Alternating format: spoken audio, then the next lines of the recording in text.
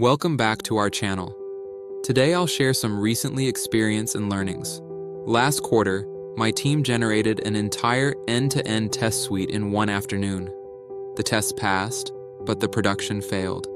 This sums up the shift Cursor brings to QE. Cursor turns vague ideas into runnable code in minutes. It skips the boring 70%. Awesome, right? But the real story isn't about speed. It's about where the bottleneck moved in our workflow.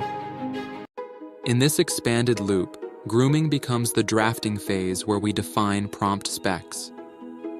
AI quickly drafts the code, but humans must harden it. And this is where intent is first challenged. Review slows us down. CI signals then feedback into our evolving prompt library. This completes the loop. As you see, writing or coding is no longer the constraint. Intent validation is the new, expensive part of QE. With AI, boilerplate is dead. Refactors that used to take weeks are now completed in mere hours.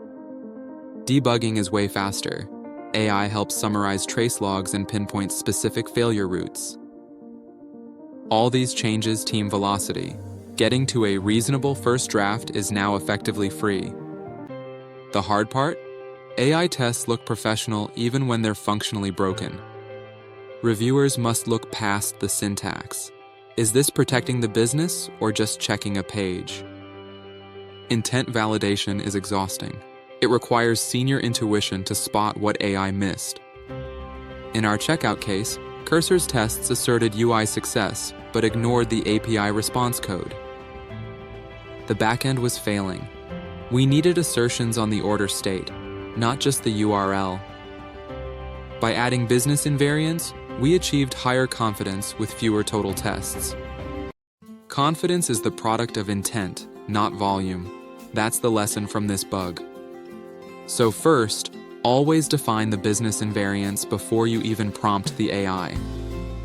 Then, limit AI code in PRs. This is a critical trick. Massive diffs hide weak intent and increase the review tax. Finally, treat AI suggestions as hypothesis. Verify and harden it before it hits master. Cursor, or any similar assistant, isn't making test automation worse, but it's truly making our blind spots visible.